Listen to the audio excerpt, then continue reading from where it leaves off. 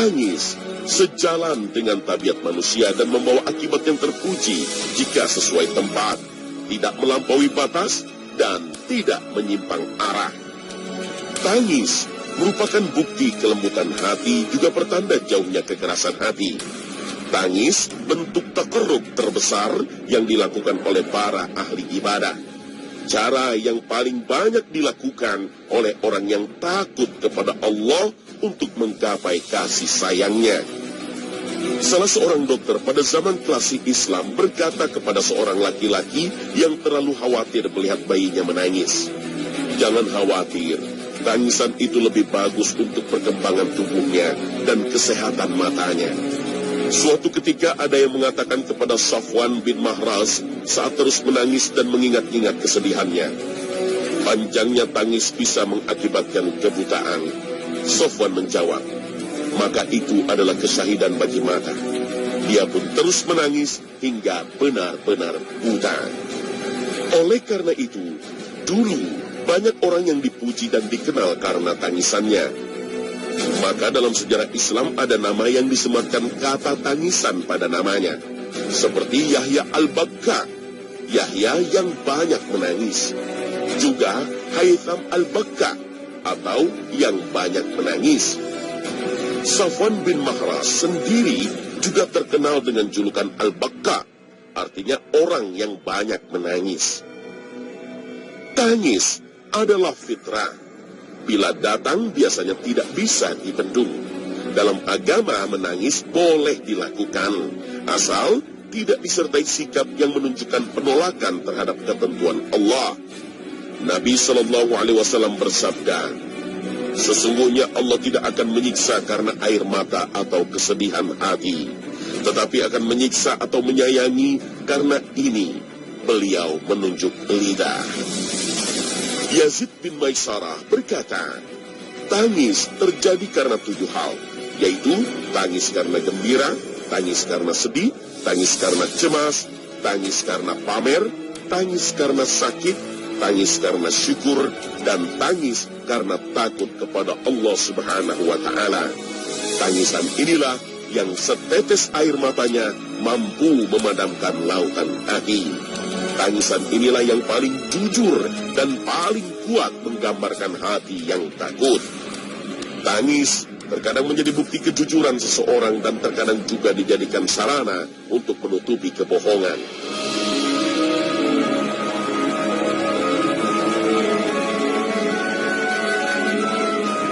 Dalam Al-Quran dikisahkan saudara-saudara Nabi Yusuf alaihissalam yang pura-pura menangisi saudaranya.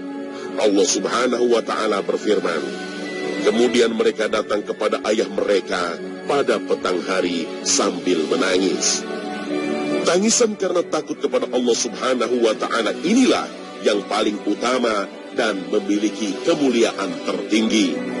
Nabi SAW bersabda, tidak akan masuk neraka seorang laki-laki yang menangis karena takut kepada Allah hingga susu kembali masuk ke dalam payudara.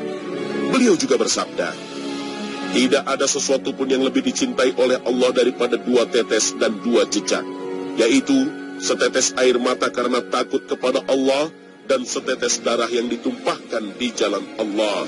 Sedang yang 2 tanda adalah jejak di jalan Allah dan jejak pelaksanaan salah satu kewajiban dari Allah.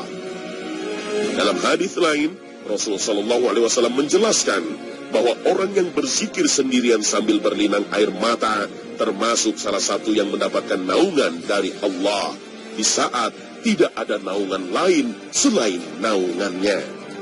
Abdullah bin Umar juga pernah berkata, berlinang air mata karena takut kepada Allah lebih aku sukai daripada bersedekah dengan 1000 dinar.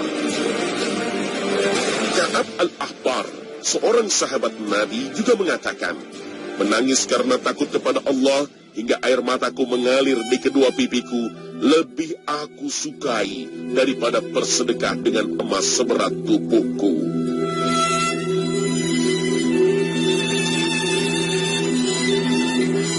Lihatlah peristiwa mengagumkan dari sejarah hidup Nabi SAW pada malam-malamnya, seperti dituturkan oleh Aisyah radhiyallahu anha kepada salah seorang tabi'in.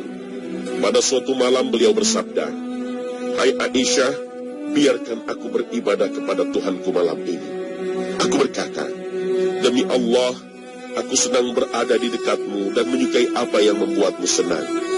Beliau pun berwudu, lalu berdiri menunaikan sholat. Selanjutnya beliau terus menangis hingga membasahi pangkuannya, dan terus menangis hingga membasahi janggutnya, kemudian terus menangis hingga membasahi lantai. Tidak lama kemudian Bilal datang, memberitahukan waktu sholat subuh sudah tiba. Begitu melihat beliau menangis, dia berkata, "Wahai Rasulullah, apakah engkau menangis? Padahal Allah telah mengampunimu dari segala yang telah lalu dan segala yang akan datang." Beliau menjawab, "Tidak bolehkah aku menjadi hamba yang penuh syukur? Malam ini telah turun kepadaku sebuah ayat yang membuat pembacanya celaka jika tidak memikirkannya. Sesungguhnya pada penciptaan langit dan bumi." Abdullah bin Amr bin As menuturkan bahwa Nabi SAW suatu ketika membaca firman Allah Subhanahu wa Ta'ala tentang Nabi Ibrahim alaihissalam. "Ya Tuhan, berhala-berhala itu telah menyesatkan banyak dari manusia. Barang siapa mengikutiku, maka orang itu termasuk golonganku. Dan barang siapa mendurhakaiku, maka engkau maha pengampun, maha penyayang." Al-Quran Surah Ibrahim ayat 36. Lalu membaca firman lain tentang perkataan Isa alaihissalam, "Jika engkau menyiksa mereka, maka sesungguhnya mereka adalah hamba-hambamu. Dan jika engkau mengampuni mereka, sesungguhnya engkaulah yang maha perkasa, maha bijaksana." Al-Quran Surah Al-Ma'idah ayat 118. Kemudian mengangkat kedua tangannya sambil berkata, "Ya Allah, umatku, umatku," dan menangis. Allah Subhanahu wa Ta'ala lalu berfirman, "Hai Jibril, temuilah Muhammad. Tuhanmu maha tahu, dan tanyakan kepadanya apa yang membuatnya menangis." Jibril pun mendatangi Nabi SAW, lalu bertanya apa yang membuatnya menangis.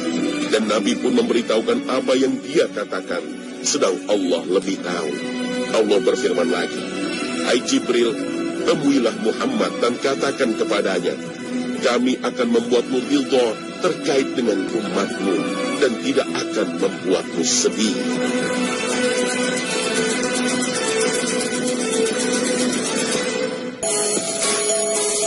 Pemirsa Khazanah, dalam tawa dan tangis terkandung tanda keagungan Allah Subhanahu wa Ta'ala. Nabi SAW sering tertawa pada saat-saat yang memang memerlukan tawa, juga sering menangis pada saat-saat yang memerlukan tangisan. Maka menangislah saat teringat dosa-dosa yang sudah kita perbuat, dan tersenyumlah saat teringat kemurahan Allah. Semoga Allah melimpahkan kemurahannya kepada kita semua. Amin ya Rabbal Alamin. Terima kasih atas perhatian Anda. Wassalamualaikum warahmatullahi wabarakatuh.